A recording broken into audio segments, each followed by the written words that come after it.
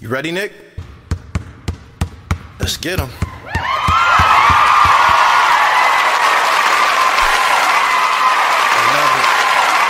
love it. Turn my mic up a little bit. What's going on, people? Man, we back. I think this is my first podcast recording of 2022. We've been buried under snow in northwestern Pennsylvania.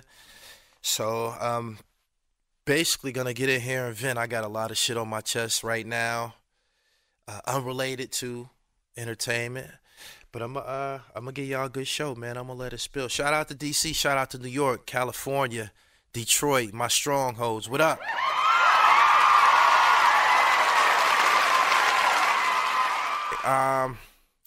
Man, 2022. So this is the beginning of a new year and a new quarter, and ultimately a new beginning for Gully TV. As you all know, the end of 2021, I started my podcast journey.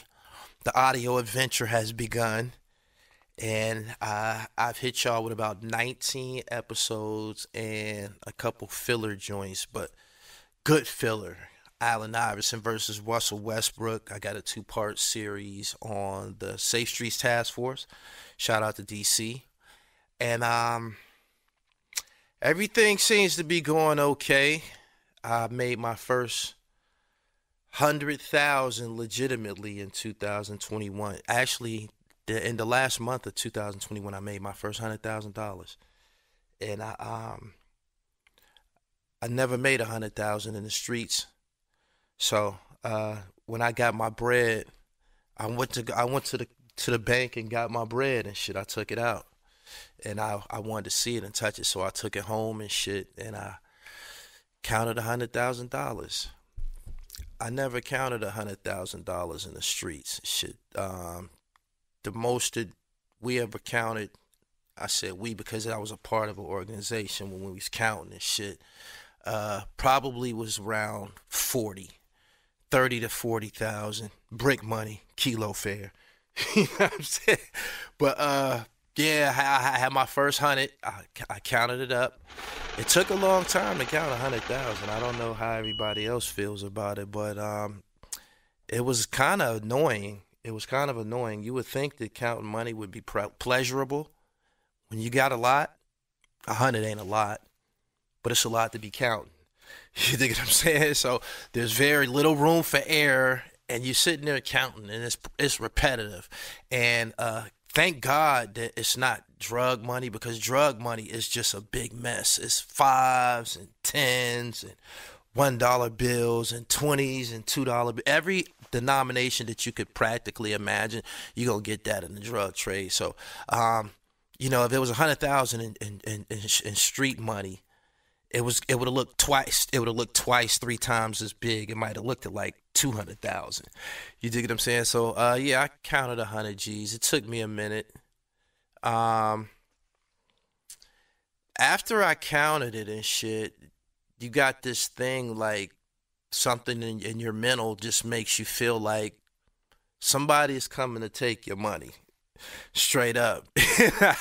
I don't know how people be having that type of money in their house. After I got done counted, I immediately became paranoid and was thinking of all the different ways that this money could come under ruin if I didn't hurry up and put it back in the bank some motherfucking where. You know what I'm saying? So, yeah, I it's probably bad that I felt like that. But, yeah, shout out to the niggas who be having $100,000 cash in their house and shoe boxes and shit like that, waiting for the police to come take it from them. So, everybody that I knew that had that kind of money, when we find out they had it, because they don't tell anybody. We find out on the motherfucking news. We find out when it reached the forfeiture, when the FBI comes to get it and shit like that.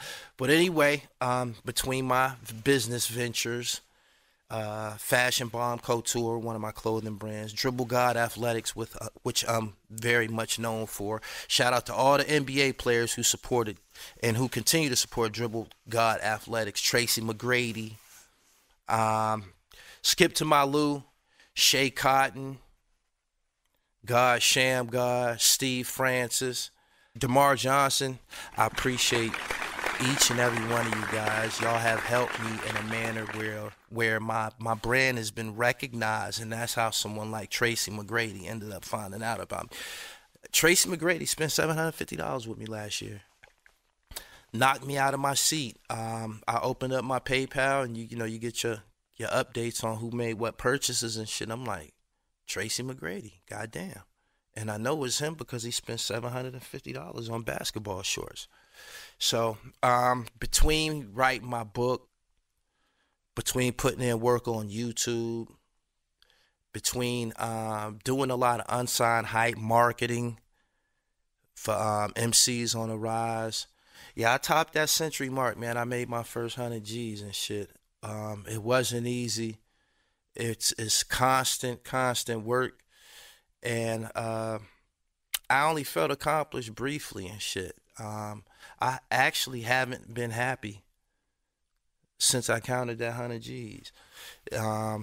It's just all types of stressful shit going on. Mainly, okay, I'm gonna be frank with y'all. The frustration that followed me counting 100,000 is I can't find a car. I've been car shopping. I'm trying to get my dribble right, man. This has been a long process. I started in 2004 at Triple Crown Publishing. I sold my jewelry some years ago when I didn't have a company. Often people, black people, being extravagant by nature, when we set out to start a business venture or a company, we can't wait to get T-shirts. We can't wait to get a chain. We can't wait to get a jacket and put the company name on the back. But actually, the company ain't even functioning.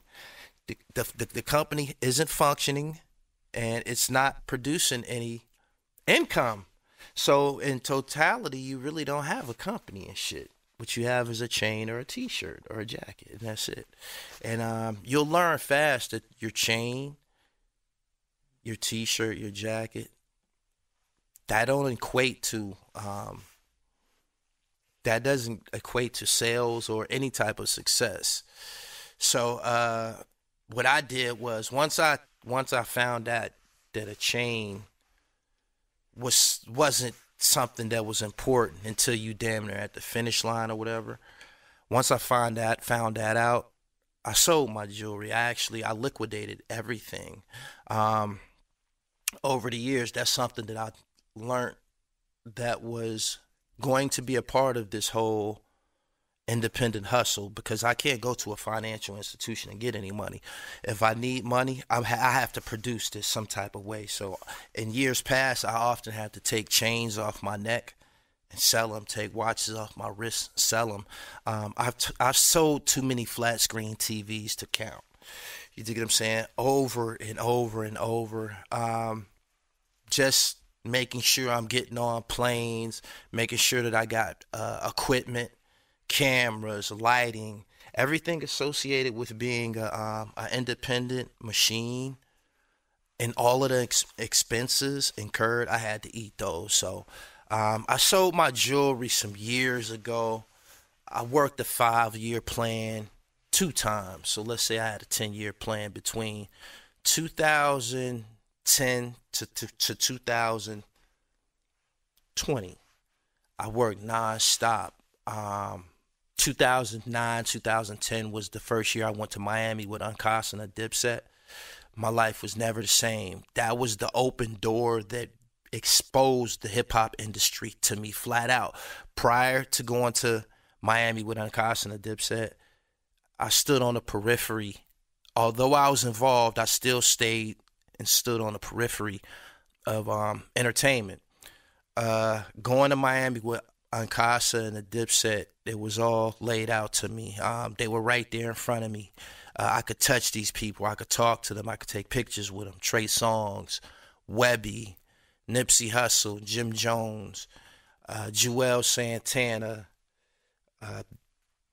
just everybody was there. Sin City, right there in front of me. And after that trip in 2010, I believe it was, I came home from Miami and I threw away all of my clothes and everything that I had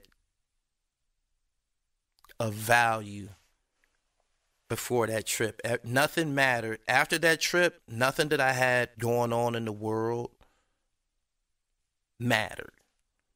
So boom. 2010, I make my entrance.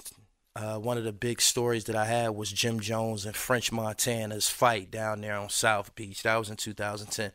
True story.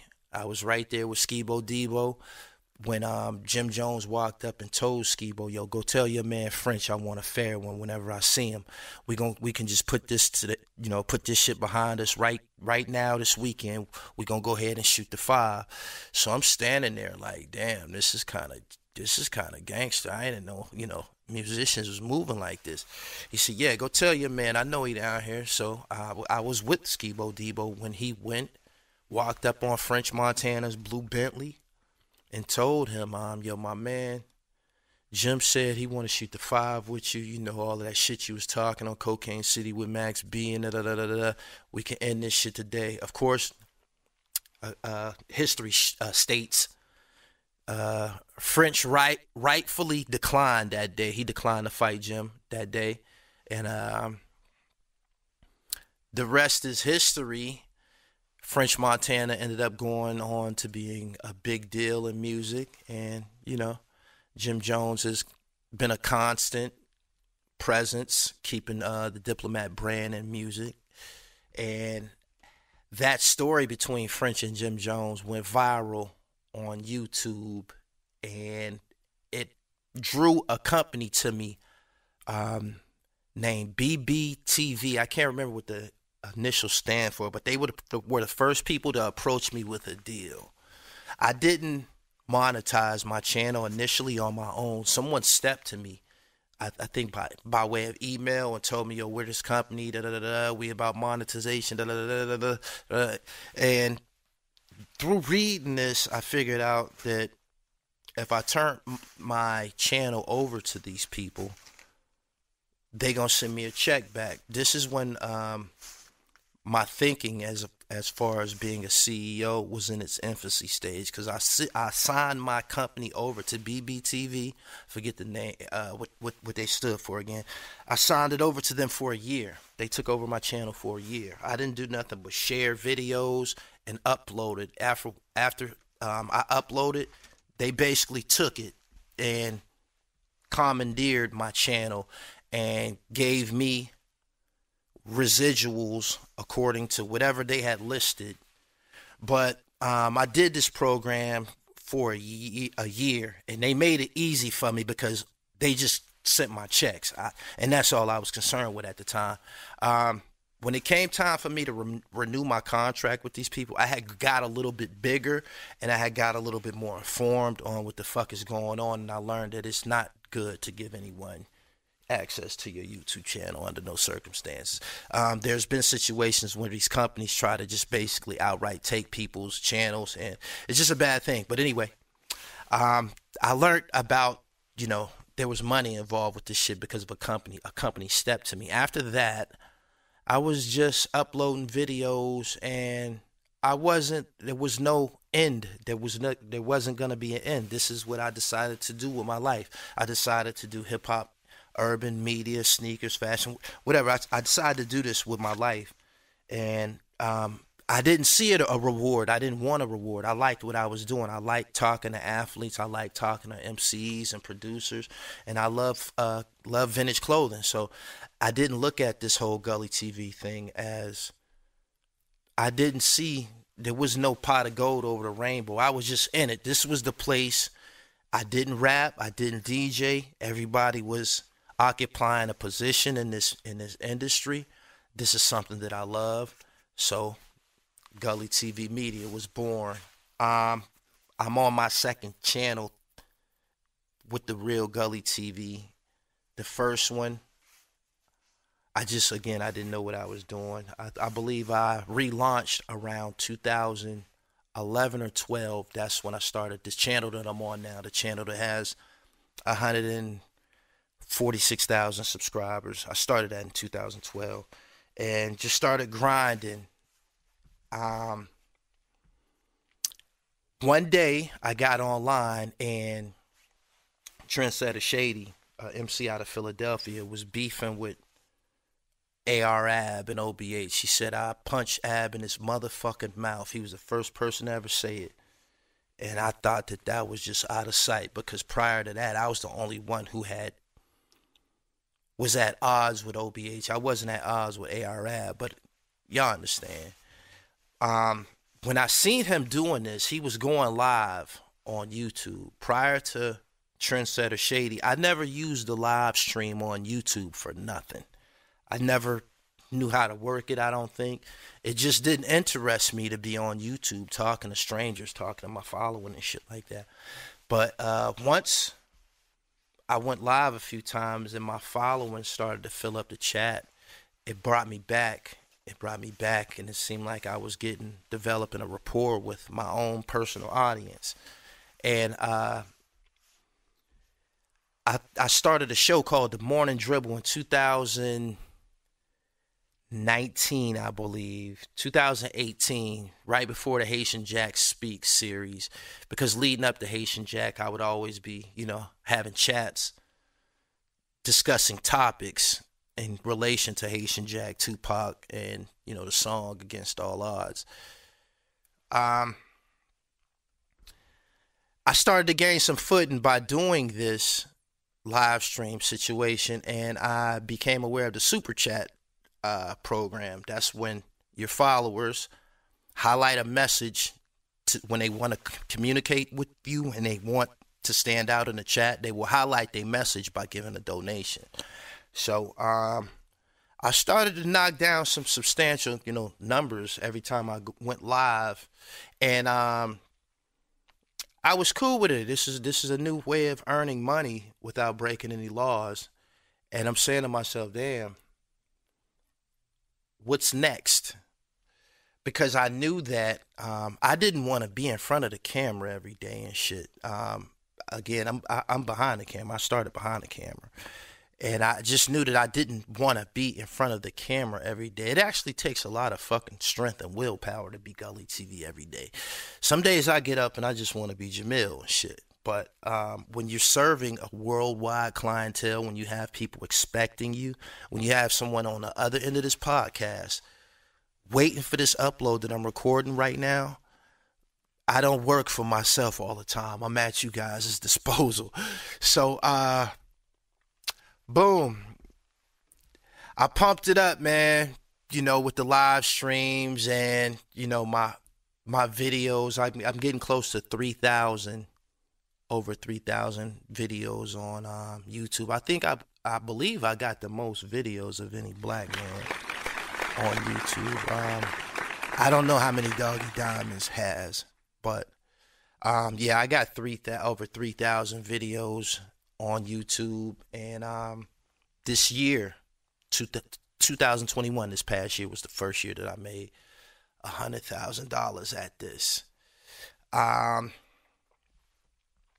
What's next?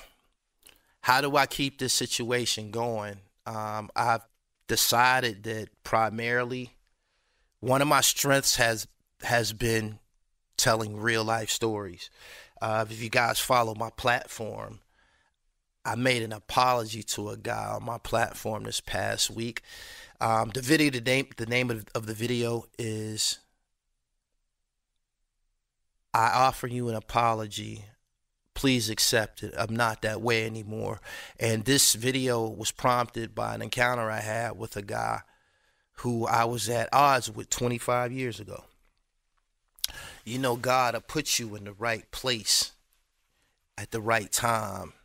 You know what I'm saying? When his will is going to be executed.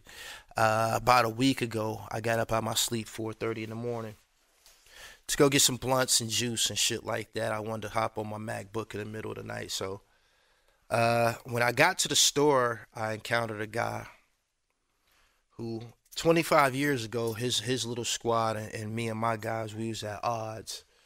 There was a robbery. And it led to a whole bunch of gunplay and a whole bunch of news coverage, and everybody associated with this robbery, they're no longer around. Everybody's deceased basically except for me and, you know, the guys who I was at odds with. But anyway, I encountered one of them at the store at 5 in the morning. No audience, no nothing. And I said, I might as well go ahead and step to homeboy right now and try to clean up this whole situation, because I'm not in a position to be dealing with any street shit, especially not no murder shit. Not in 2022. I am Gully TV now. This is what I established for myself. I'm not here to shoot anybody. I'm not here to do anything that's gonna put me behind bars. So to rectify any type of, wreck I have or anything is my pleasure, straight up, because I have the most to lose. So boom, I stepped to the guy and I said, "Yo, homie, can I speak to you for a minute, brother?" He said, "Yeah." I pulled him over to the side. I said, "Yo, you know who I am?" He said, "Nah." I said, "I'm Jamil." When I said that, his eyes got big, like not out of fear or anything, just recognition. He like, "Okay, this is him." I said, dig this here, fam. I said, "I never put my hands on you, and I never took anything from you." I was saying this to him to point out the facts. Me and my homeboys did a home invasion robbery in 1998. And we was on a specific guy. We was on this specific guy. And he had these guys around him. I didn't know these guys. I wasn't concerned about what type of people they were or anything like that. My whole thing was totally geographical. And yeah, my whole motive was primarily, I was motivated by geography. These guys wasn't from my city, and they wasn't from my neighborhood. When I returned from doing my state prison sentence, I came back to my hood, and while I was gone, my neighborhood got indicted, federally indicted. I was one of the guys that went to the state. You dig what I'm saying? But when I came back, by the time I came back, those state convictions flipped federal witnesses. So when I came back, there was nobody. My neighborhood got flipped. You know what I'm saying? So when I came back, there's new faces on my block. And although Erie, Pennsylvania is a small place, these guys could have been somebody's relatives or something like that. So I didn't immediately step to them. I was just kind of checking them out and shit. I was standing on the corner of 17th and German one day, and one of my homeboys, I seen him buying some weed from a guy. I said, "Yo, who that?" He said, "Yo, that's such and such and such and such." And what I got from the conversation, that he just bought some weed from an out-of-town nigga. In a nutshell, he bought some weed from an out-of-town nigga. So I asked him, I said, "Yo, who is that?" He said, "That's such and such." I said, "Who is he? Who is he with?" And he explained to me, "That's this person, and da-da-da-da-da-da. They're with nobody. They basically just on our block doing what they want." And my man and the guys who were left behind after my neighborhood was indicted, they weren't very confrontational. So these guys was able to come and put their thing down. Me, I was the type of person like this. I never had no problems with no out-of-towners when it came to like get money and shit like that. I didn't. Especially if you was bringing something to the table. However, I was one of the guys who could be hard on the out-of-towner. You know what I'm saying? I could be hard on an out-of-towner if needed be. So, in a nutshell, man, same way I said on YouTube, I used to take a little bread back in the day, and 25 years ago, I was a different type of person. I apologized to this guy because we have a mutual friend, and at some point we probably would end up in close proximity to each other. So to keep everything down, I wanted to be the catalyst and make sure that I made the first move in terms of trying to alleviate this problem or piece it or whatever. I spoke my truth about the whole situation, and I really tried to, clear my conscience. Apparently, this video, which wasn't a big deal to me because, like I said, I didn't take anything from this brother. When we did the robbery, he wasn't there. This guy wasn't there. You know what I'm saying? Again, I didn't take anything from him, and like I said, when we had our encounter, one of the first things I said is, I never put my hands on you, and I never took anything from you. A person who just did 25 years in prison, I think they would totally understand that. I didn't put my hands on you, my nigga, and I ain't take nothing from you. Even if I did something to someone that he cared about, again, I didn't do anything to you. You dig what I'm saying? And nobody's looking for no problem after doing 25 years and shit. I don't know how my whole situation was received. I told him, the guy that put his hands on you, he's dead now. Homeboy's reply was, everybody that was involved with that situation is dead now except for you. When he said that, like that, it told me that he was kind of staying up on what was going on in the streets for the last 25 years. He was basically keeping up on what was going on with the assailants from the robbery and shit. So I said, I never even thought about it like that everybody involved was basically dead. My man JT's dead. My man Joker, who's tattooed on my back and was a notorious robber. I spoke about him in my book. Get a copy. It's called Some Things I've Been Through. He's dead. He ended up getting killed about another robbery. Actually, one of our little homies got robbed, and his name was associated with him, with the robbery, and he basically got killed behind it.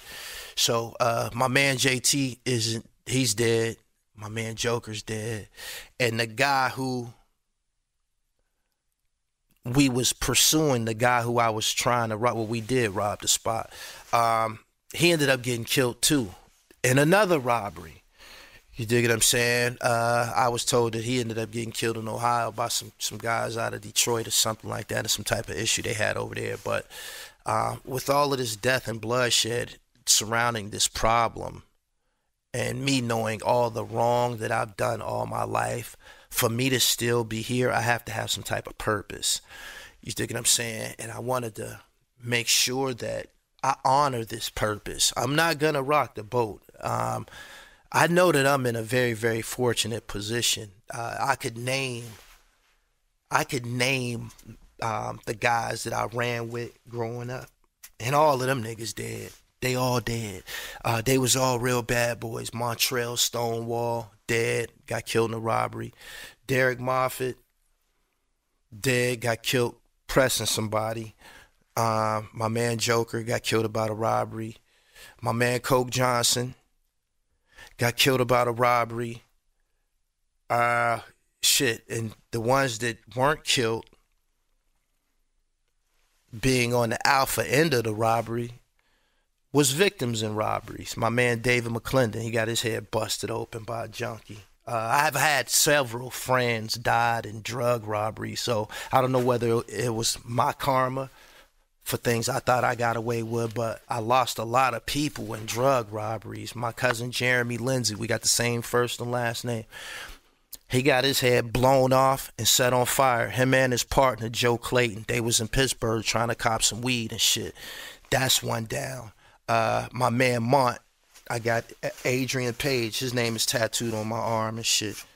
He got his head busted open by a junkie. I got at least my man Fat Steph. He too was killed by a junkie. So I got three homeboys, three or 4 homeboys that was killed by dope fiends. And the jackers that I ran with, they all dead. Sounds perverted as a motherfucker. It really, really turns my stomach. But it's just something. Robbery was just a part of my life as a juvenile and shit. I spoke about it in my book. I believe where I'm from, robbery and aggression, it goes hand in hand. Because I thought about this one day, right? I thought about the earliest robbery activity I was involved with. And I know exactly what it was. In the black communities and shit, we got this thing where the strongest, the jungle creeds say the strong must feed on any prey at hand. That's Iceberg Slim. But that's very, very much true in our communities and shit. The strong just basically do what they want. My earliest encounter with robbery was snatching purses on, snatching Halloween bags. Halloween, trick-or-treating, snatching bags. That's a fucking robbery. That's a robbery. If you jump on a motherfucker, beat them to the ground, and take their belongings, that's an aggravated assault and a strong arm robbery. This was something that we did annually, every year, me and my whole neighborhood. We started out in the projects on German Street, and we walked from our neighborhood to the higher blocks, meaning we on 17th and German.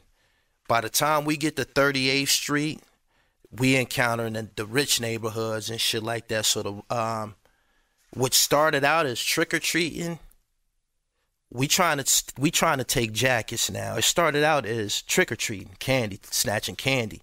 But when you get to these neighborhoods, these little white kids, they don't have regular jackets anymore. They got Chicago Bulls starter jackets, trick-or-treating and shit like that. So the whole trick-or-treat Halloween thing, I believe in other cities they called it Mischief Night or some shit like that.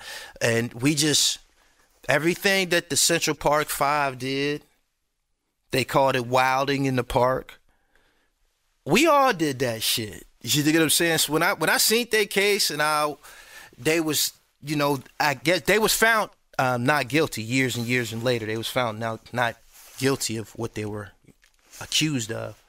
But I know some of them was involved because at that age, that's what young black boys did when we congregated and shit. When we got in a pack, there was just extreme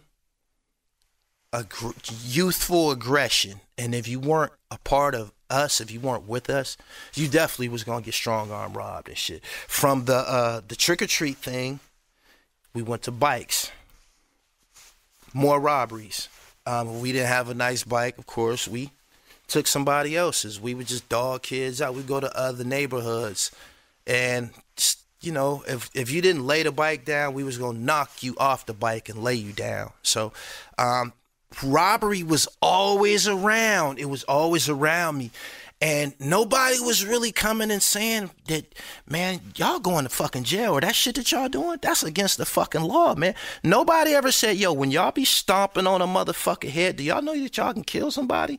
Nobody ever came along and said anything like that. So what happened was the robberies ended up getting worse and more severe. And as we are growing physically, going to juvenile homes and shit like that, we doing push-ups, we coming back, we bigger and strong. Now we're robbing adults. It sounds ridiculous. Children should be respecting adults. But nah, I'm from a era where robbing adults was totally normal. Not only that, before the drug game, before the crack game, it wasn't out of the question to snatch a woman's purse. It sounds disgusting. It sounds like a low-life hustle. Before crack, that was something that happened. I've been a part of it. I never did it, but I ran. I was there when it happened. I ran. I was a part of it. in 2022, in the social media age, if it was discovered that you were snatching a woman's purse or robbing a woman, you would be the biggest lowlife in the world. But I'm from an era right before crack became readily accessible to everybody. That's what a lot of us did. We robbed and steal. Everything was, robbing and stealing. So, I never stopped robbing, man, from a kid on up. Like, that's just what we did. Like, if I was stronger than you or tougher than you, I just basically took what the fuck you had. And once we made it to the drug game, it was really up then because now we got guns and we got bait. What I mean by bait is we got jewelry. We got jewelry on. We looking good and shit. We got on the latest. We looking good. And, when you see us and shit, you don't think that we gonna rob you. You think that we got the dope. You think that we got the coke and shit. You dig what I'm saying? So niggas would come to our neighborhood and ride through. They might, they ride through and shit and they see us out there. Our block is notorious for getting money. So any big substantial amount of drugs, quarter brick, half brick, kilo, anything like that, pounds of weed, you had to come through our block and everybody knew it. And it was known that this was where it's at. Now it boiled down to who you knew and how they were going to handle you. Often when people came through that block, I was one of the guys that you had to deal with. My OGs, the niggas that I was under, they not gonna deal with you and shit. They think you got a wire on in your shirt or some shit like that. So they gonna send you to deal with one of us. You dig what I'm saying? Because I can eat your sales charge. If I get a sales charge and I'm just 16, I'm just gonna go to Edmondale, Glen Mills, Harbor Creek. I'll be right back. So you're not gonna deal with none of these older niggas. You're gonna deal with me or one of my guys. When I say me or one of my guys, there was levels in this organization. My guys would be the guys who were like Avon Barksdale and Stringer and them. They sit at the top. On the block, that's us. I'm Bodie, and all them little niggas that be running the block. If you go back and watch The Wire and shit, I was amongst that. So when you come to the block, you're not going to get served by Avon or Stringer or none of them. Bodie and them going to get you right and shit. So you would come and, if you knew me from school or you knew me from some place, you're going to naturally talk to me. I'm out there with all the jewelry on. I'm looking like I got it. And I do got it, whatever you want. But you better be built like that, man, if you plan on copping and not getting robbed. I could use one of my old timers' name. They didn't care. As long as they got paid, they didn't care. I could tell somebody, I got this from such and such. You know what I mean? And I wouldn't get questioned about it because the person I just told them I got it from, they're a known drug kingpin. Boom. I do the motherfucking transaction. I done sold this motherfucker a bunch of candle wax. I done split his money with my man Julio, Marv, Scrap, whoever was out there. We done split your money up. And don't come back to get it. Don't come back to get it. That was a form of robbery. You came to do some clean business with us and we just, although we got the work, we just sold you some bullshit. We just took your money and shit. And don't come back. If you come back and get out the car, we're going to stomp you to death. We had zero conscience in terms of that because we weren't giving any money back. We weren't giving no money back. That was totally out of the question. When I first went to jail at 19, county jail, that wasn't my first time there, but when I went to go do my state time, I had a lot of encounters and a lot of separations and shit like that. And I didn't know why until I got to this maximum security block, and that's ground zero. Like, there's no getting around that block. If you have any disciplinary problems, fuck your separations. They gonna put you over there on that block with the nigga you trying to be separate from. So I would end up finding out who I had separations with, and I would be like, I would tell the COs, man, I don't have nothing against that nigga, man. I'm not going to harm him. The guys that we was robbing or the guys that I robbed, they would tell the police when they asked them, is there anybody you should be kept separate from? They would say Jamil Lindsay and shit, telling them to keep me separate from them because it probably would be a problem or whatever. But, yeah, I had all kind of fucking I know that jail isn't a fun place for stick-up boys, because when I got there and shit, I had all types of fucking static, for real. One of the more high-profile incidents I had was this dude named Ford. He was an older dude who ran the block. In the old county jails, they had what's called a range boss. I believe in New York and other places, they call these guys porters. They basically the ones that get water for you. They block workers. They, run the block. This dude tried to rob one of my female homegirls. Yeah, we had females on our squad too that was selling rocks and shit in the projects. This guy tried to rob one of my female homegirls, and we basically erased him. We erased him. We broke him to pieces. I encountered him in the county jail probably like 7-8 months later. He not broken to pieces no more. He's big as a house. His chest is all poked out. He's just huge. He's huge. And he's throwing his weight around, or thought he was anyway. Somehow it got back to him that I was one of the guys that stomped him out. And this nigga act like he wanted to get rowdy or something. And we didn't end up having to do anything to him. Before we got on his ass, we whooped somebody else. Back in the day, they used to have these cots. If it was too many inmates on the block, people would have to sleep on these cots and shit until they gave you a cell.